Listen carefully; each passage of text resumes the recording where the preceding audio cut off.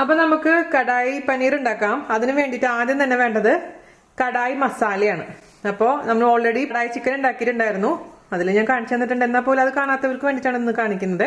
അപ്പോൾ കടായി മസാല ഉണ്ടാക്കാൻ വേണ്ടി നമുക്ക് ആദ്യം തന്നെ ഒരു പാൻ ചൂടാക്കാൻ വെക്കുക. അതിലോട്ട് ഒരു 4 കാശ്മീരി മുളക് ഇട്ട് കൊടുക്കാം. എന്നിട്ട് മീഡിയം ഫ്ലെയിമിൽ തിരിച്ചും മറിച്ചിട്ടിട്ട് ഇതൊന്ന് നന്നായിട്ടൊന്ന് ചൂടാക്കി റോസ്റ്റ് ചെയ്തെടുക്കുക കേട്ടോ.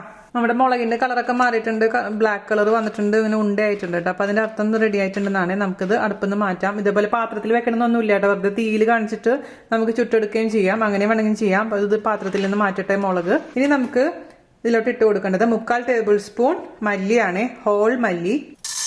അത് നമുക്ക് ചെറിയ തീയിലിട്ടതിന് ശേഷം ഇതുപോലെ തന്നെ ഒന്ന് റോസ്റ്റ് ആവുന്നവരെ വെയിറ്റ് ചെയ്യാം. ഇത് ചെറിയൊരു അളവിലാണ് കേട്ടോ ഞാൻ കാണിക്കുന്നത്. ഇപ്പൊ നിങ്ങൾക്ക് കൂടുതൽ മസാല റെഡിയാക്കി വെക്കണമെന്നുണ്ടെങ്കിൽ ഇതിന്റെ ഇരട്ടി അല്ലെങ്കിൽ 3 ഇരട്ടി അളവിൽ എല്ലാം തനിയെ ഇതേപോലെ ഫ്രൈ ചെയ്തതിന് ശേഷം ഒരുമിച്ച് പൊടിച്ച് വെച്ചാൽ മതി. അപ്പൊ പിന്നെ ആവശ്യമുള്ള സമയത്ത് നമുക്ക് ഉപയോഗിക്കാമല്ലോ. ഇങ്ങനെ പൊട്ടാൻ തുടങ്ങിയിട്ടുണ്ട്, അതിന്റെ അർത്ഥം റെഡി ആയിട്ടുണ്ടെന്നാണ്. നമുക്ക് എടുക്കാം. ഒരിക്കലും ഹൈ ഫ്ലെയിമിലോ മീഡിയം ഫ്ലെയിമിലോ വെക്കരുത്, ലോ ഫ്ലെയിമിൽ മാത്രം അത് റോസ്റ്റ് ചെയ്യാൻ പാടുള്ളൂ കേട്ടോ. ഇനി നമുക്ക് ഈ പാത്രത്തിലോട്ട് ഇട്ട് കൊടുക്കേണ്ടത് 1 ടീസ്പൂൺ ജീരകം, നല്ല ജീരകം, അതായത് ക്യുമിൻ സീഡ്സ്. ഇതും ചെറിയ തീയിൽ ഒന്ന് റോസ്റ്റ് ആവുന്നവരെ വെയിറ്റ് ചെയ്യുക. അതിനുശേഷം മറ്റേ പ്ലേറ്റിലോട്ട് മാറ്റാം. ഇതും പൊട്ടാൻ തുടങ്ങിയിട്ടുണ്ട്, നമുക്ക് പ്ലേറ്റിലോട്ട് മാറ്റാം. ഇനി ഇതിലോട്ട് നമുക്ക് ഇട്ട് കൊടുക്കേണ്ടത് 3/4 ടേബിൾ സ്പൂൺ പെപ്പറാണ്, ഹോൾ പെപ്പർ. അതും നേരത്തെ പറഞ്ഞ പോലെ തന്നെ ഒന്ന് പൊട്ടുന്നവരെ വെയിറ്റ് ചെയ്യാം. ഇത് റെഡി ആയിട്ടുണ്ട്. ഇനി അവസാനമായിട്ട് നമുക്ക് ഇട്ട് കൊടുക്കേണ്ടത് ഒരു 1/4 ടീസ്പൂണോളം ഉലുവ. ഉലുവ വളരെ കുറച്ചിടാൻ പാടുള്ളൂ, ഉലുവ കൂടിക്കഴിഞ്ഞാൽ കയ്പ്പ് വരും കേട്ടോ. ഉലുവ റെഡി ആയിട്ടുണ്ട്. നമുക്കിത് ഗ്യാസ് ഓഫ് ചെയ്യാം. എന്നിട്ട് നമ്മളിപ്പോൾ വറുത്ത് വെച്ചിരിക്കുന്ന എല്ലാ സംഭവങ്ങളും നന്നായി ചൂടാറിയതിന് ശേഷം മാത്രം നല്ല ഫൈനായിട്ട് പൊടിച്ചെടുക്കണം. അപ്പോൾ പൊടിച്ചെടുക്കുന്ന സമയത്ത് നമ്മൾ ഈ തണ്ടില്ലേ, കാശ്മീരി മുളകിൻ്റെ ഈ ഹോൾ മുളകിൻ്റെ തണ്ട് റിമൂവ് ചെയ്യാൻ മറക്കരുത് കേട്ടോ. അപ്പോൾ ഞാൻ പൊടിച്ചിട്ട് കൊണ്ടുവരാം ചൂടാറിയതിന് ശേഷം. നന്നായി പൊടിക്കണം. അപ്പോൾ നമ്മൾ പൊടി നന്നായിട്ട് അടിഞ്ഞിട്ടുണ്ട് കേട്ടോ. പൊടിച്ചിട്ടുണ്ടെങ്കിൽ നമുക്ക് അടച്ച് വെക്കാം, അതിൻ്റെ ഒരു നല്ല ഫ്ലേവറും പോണ്ട. അപ്പോൾ നമ്മൾ ഉപയോഗിച്ച് കഴിഞ്ഞതിന് ശേഷവും നന്നായിട്ട് അടച്ചുറപ്പുള്ള പാത്രത്തിൽ അടച്ച് വെച്ചാൽ മതി. ഇപ്പോൾ ഇതിൽ നിന്ന് 1 ടേബിൾ സ്പൂൺ മാത്രമേ നമുക്ക് ആവശ്യമുള്ളൂ ഈ കടായി മസാല.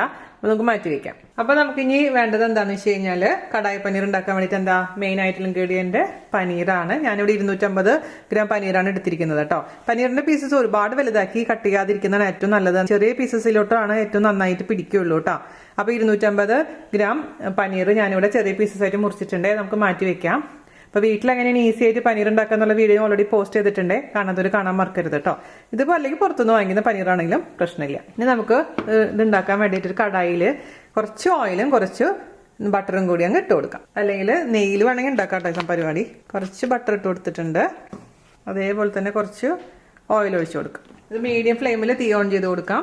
ഒന്ന് ചൂടാവട്ടെ. നമ്മുടെ ഓയിലും ബട്ടറും ഒന്ന് ചൂടായിട്ടുണ്ട്. അതിലോട്ട് നമുക്കൊരു അല്പം ഒരു 1/4 ടീസ്പൂണോളം ക്യുമിൻ ഇട്ട് കൊടുക്കാം, ഹോൾ ക്യുമിൻ. അതേസമയം നിങ്ങൾക്ക് ഇതേപോലെ ഹോൾ ക്യുമിൻ ഇഷ്ടമല്ല എന്നുണ്ടെങ്കിൽ, അതായത് ജീരകം ഇഷ്ടമല്ല എന്നുണ്ടെങ്കിൽ നമ്മൾ പൊടികളൊക്കെ ചേർക്കുന്ന സമയത്ത് ഒരു അല്പം ജീരകത്തിന്റെ പൊടി ചേർത്ത് കൊടുത്താലും മതി കേട്ടോ. കടുകൊക്കെ നന്നായി പൊരിഞ്ഞിട്ടുണ്ട്. അതിലോട്ട് നമുക്ക് 2 ചെറിയ സവാള വളരെ നൈസാക്കി അരിഞ്ഞിട്ട് കൊടുക്കാം കേട്ടോ. അതുപോലെ തന്നെ നീളത്തിൽ അരിഞ്ഞ ഇഞ്ചി കുറച്ച് ഇട്ട് കൊടുക്കാം. പിന്നെ 1 ടീസ്പൂൺ ഇഞ്ചി വെളുത്തുള്ളി പേസ്റ്റ് വേറെ സെപ്പറേറ്റ് ആഡ് ചെയ്ത് കൊടുക്കണേ. ഇഞ്ചി വെളുത്തുള്ളി പേസ്റ്റ് ഇല്ലെങ്കിൽ ഇഞ്ചി വെളുത്തുള്ളി വളരെ നൈസാക്കി അരിഞ്ഞിട്ട് കൊടുത്താലും മതിയാവും. ഉപ്പ് ചേർത്ത് കൊടുക്കാം. അതിനുശേഷം ഇത് നന്നായിട്ട് വാട്ടി കൊടുക്കാം. സവാളയുടെ കളറൊക്കെ ഒന്ന് ചെറുതായിട്ടൊന്ന് മാറാൻ തുടങ്ങിയിട്ടുണ്ട്. ആ പച്ചമണൊക്കെ നന്നായി മാറിയിട്ടുണ്ട് ഇഞ്ചി വെളുത്തുള്ളി പേസ്റ്റിൻ്റെ ഒക്കെ. ഇനി നമുക്ക് തീ കുറയ്ക്കണേ, ലോ ഫ്ലെയിമിലോട്ട് മാറ്റുക. അതിനുശേഷം നമുക്ക് ഇതിലോട്ട് പൊടികളെല്ലാം ചേർത്ത് കൊടുക്കണം.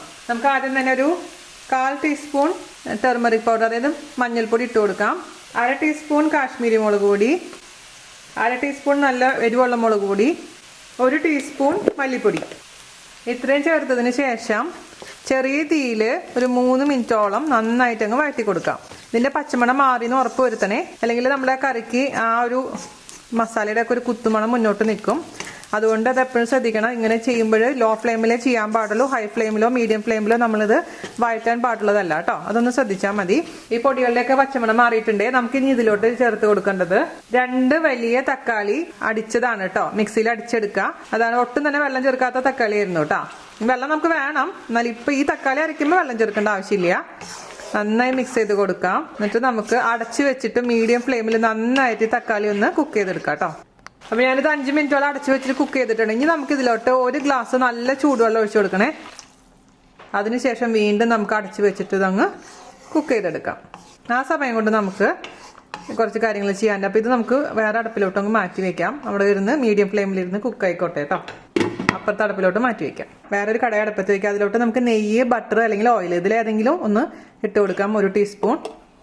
അതിലോട്ട് നമുക്ക് ഇട്ട് കൊടുക്കേണ്ടത്, എൻ്റെ അടുത്ത് പച്ച ക്യാപ്സിക്കം കുറച്ചുണ്ടായിരുന്നുള്ളൂ. അതുകൊണ്ട് 3 തരത്തിലുള്ള ക്യാപ്സിക്കം, 3 കളർ ക്യാപ്സിക്കം എടുത്തിട്ടുണ്ട്. അത് 3 എണ്ണം കുറച്ചിട്ട് കൊടുക്കുക. അല്ലെങ്കിൽ നിങ്ങളുടെ അടുത്ത് ഏത് ക്യാപ്സിക്കാണോ ആ കളർ കുറച്ചിട്ട് കൊടുക്കുക. ഇതേപോലെ ചതുരത്തിൽ കട്ട് ചെയ്തത്. പിന്നെ നമുക്ക് ഇടേണ്ടത് തക്കാളിയാണ്. തക്കാളിയുടെ ഉള്ളിലത്തെ കുരുവൊക്കെ മാറ്റി, ഫ്ലഷ് ഒക്കെ മാറ്റിയിട്ട് തക്കാളി ഇട്ട് കൊടുക്കാം. പിന്നെ അതേപോലെ തന്നെ കുറച്ച് ഉള്ളി, സവാള ചതുരത്തിൽ അരിഞ്ഞത് ഇട്ട് കൊടുക്കാം കേട്ടോ.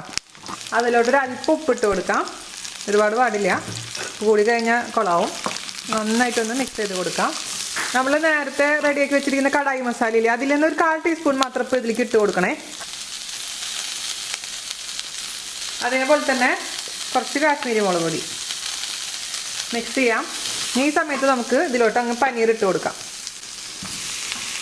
പതുക്കെ ടോസ്റ്റ് ചെയ്യുക. ഒരുപാട് അങ്ങ് കൂടുതൽ ശക്തിയോട് ചെയ്യണ്ട, കാരണം പനീറൊക്കെ പൊടിഞ്ഞു പോകും.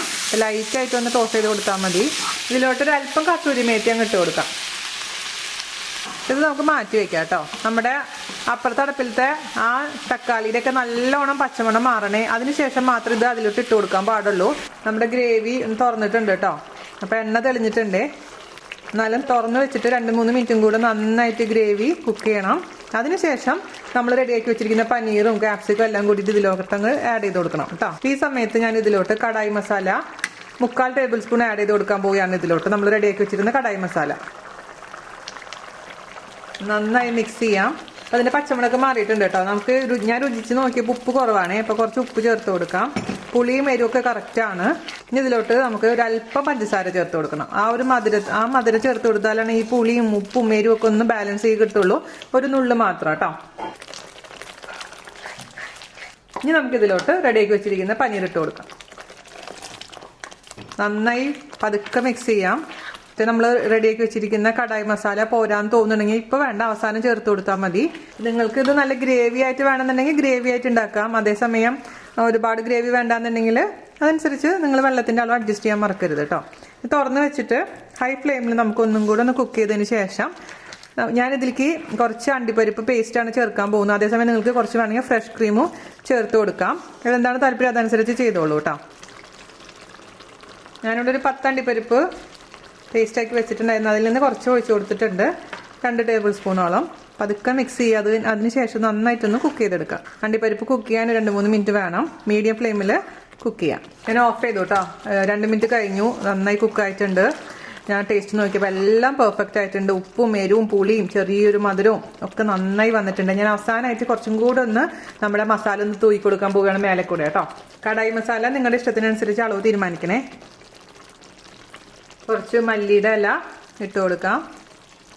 അതുപോലെ തന്നെ നീളത്തിലരിഞ്ഞ ഇഞ്ചി, ഒരു പച്ചമുളക് സ്ലാൻഡിങ് ആയിട്ട് അരിഞ്ഞത്, ഒരല്പം ബട്ടർ, ഇത്രയും കൂടെ ചേർത്തങ്ങ് നന്നായിട്ട് പതുക്കെ അങ്ങ് മിക്സ് ചെയ്ത് കൊടുക്കാം. അപ്പോൾ രുചികരമായിട്ടുള്ള നമ്മുടെ കടായി പനീർ റെഡി ആയിട്ടുണ്ട്. ഈസി പീസി ആൻഡ് ടേസ്റ്റി കേട്ടോ.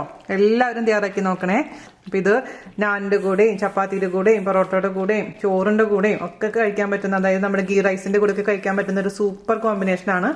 അപ്പോൾ ഞാനിത് സെർവിങ് പ്ലേറ്റിലോട്ട് മാറ്റട്ടെ കേട്ടോ. അപ്പോൾ ഇതാ നമ്മുടെ പ്ലേറ്റിംഗ് കഴിഞ്ഞിട്ടുണ്ട്. സൂപ്പർ ടേസ്റ്റിയാണ് കേട്ടോ. വളരെ ഈസിയാണ്, അതേസമയം ഭയങ്കര ടേസ്റ്റിയാണ്. നമ്മുടെ റെസ്റ്റോറൻറ്റിലൊക്കെ കിട്ടുന്ന അതേ ടേസ്റ്റാണ്. അപ്പോൾ നിങ്ങൾ എന്തായാലും ഒന്ന് ട്രൈ ചെയ്ത് നോക്കിക്കോളൂ കേട്ടോ. വീഡിയോ ഇഷ്ടമായിട്ടുണ്ടെങ്കിൽ മാക്സിമം ഷെയർ ചെയ്യുക, നമ്മളിന്ന് സപ്പോർട്ട് ചെയ്യുക. അപ്പോൾ അടുത്ത അടിപൊളിയായിട്ട് റെസിപ്പി ആയിട്ട് വരുന്നവരെ നന്ദി, നമസ്കാരം. താങ്ക്